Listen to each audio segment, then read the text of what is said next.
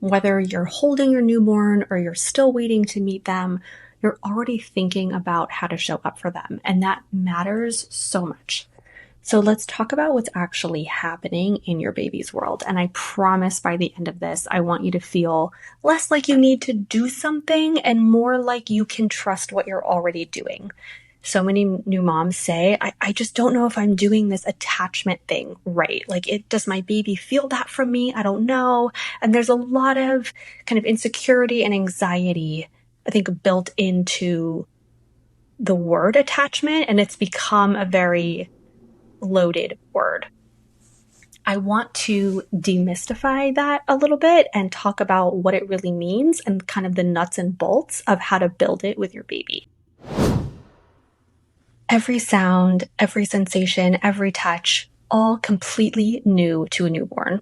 No memories to draw on, no past experience to make sense of any of it. That's an enormous task for such a tiny person. And yet, your baby is not lost in that world. They are wired from the very beginning to find you and to connect with you. A newborn can move their tiny body in subtle rhythm with the sound of a human voice. Not music, not general noise, the specific patterns of human speech.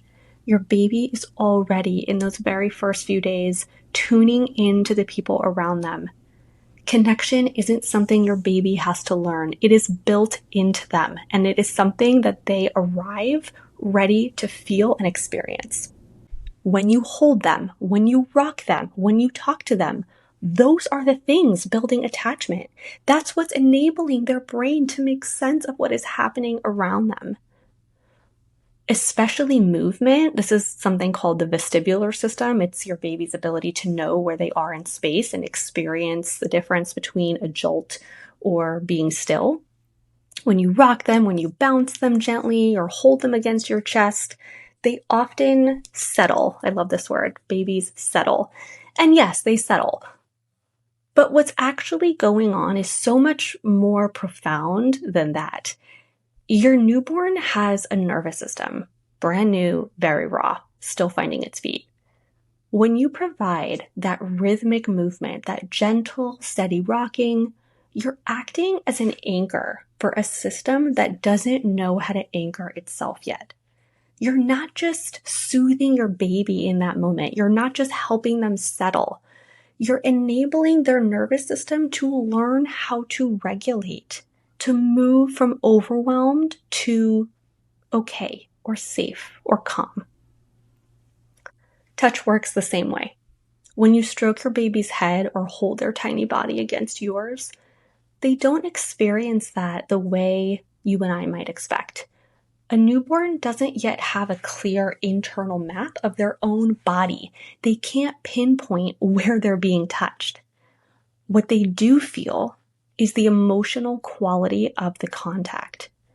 Your touch is processed in the part of your baby's brain involved in emotional awareness, in their felt sense of self. The experience of a parent's hands on them is experienced not as a surface level sensation, as a sensation on their skin, but as an internal emotional event. Your baby doesn't think, my cheek is being stroked. They register, I am held, I am not alone. There is a flood of oxytocin, the bonding hormone, released in your baby and in you every time you hold each other in those early weeks. Your bodies are quite literally building the bond together. Safety then grows over time. A sense of safety grows over time, over thousands of small, ordinary moments of being held and touched and spoken to. Your baby starts to absorb your warmth, your voice, your calm, and their nervous system, which started out so raw and disorganized, begins to feel a little bit more settled, a little bit more safe. This isn't something your baby thinks. It isn't a decision they make. It's a shift in their body, a felt sense of safety growing from the inside out. You will know this cycle well if you're living it already. Your baby cries, you pick them up, you hold them, you rock them, you talk to them. Eventually, not always quickly and not always easily, but eventually they calm. What is actually happening in that moment is not just that your baby is being calmed. At the level of their developing brain, at the actual synaptic neurological connections being formed, your baby is being taught how to be calm. Their nervous system is learning the pattern of how to be calm. Their body is building it in moment by moment, repetition by repetition. This is attachment. Attachment is your baby borrowing your regulation, borrowing your calm, your steadiness, your presence over and over again until gradually they can begin to generate it from within themselves.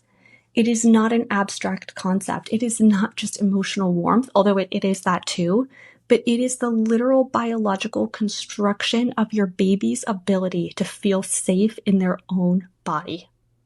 And you are building it for them. Every time you pick them up, talk to them in that soft voice, every time you are present for them, you're giving them the sense that they are safe in whatever they are feeling. You're probably already doing all of these things. And so what I want you to take from this is that attachment doesn't require a technique. It's not about breastfeeding or formula feeding or always baby wearing or co-sleeping or sleeping in a crib. It's not about those decisions. It's about how you interact with your child and how you help them borrow your calm to feel safe in their body. It doesn't require perfection. It doesn't require a single technique or for you to get it right every time. It requires presence, showing up for your baby's experience, being the calm, steady person they can borrow from most of the time. Not all of the time. I don't think that's possible, but most of the time. I just want to say this part again because I think it's really important. The most important thing you bring to your baby isn't a perfect routine or the right approach or knowing exactly what to do. It's you. It's your presence. Regulated presence. Showing up for your baby.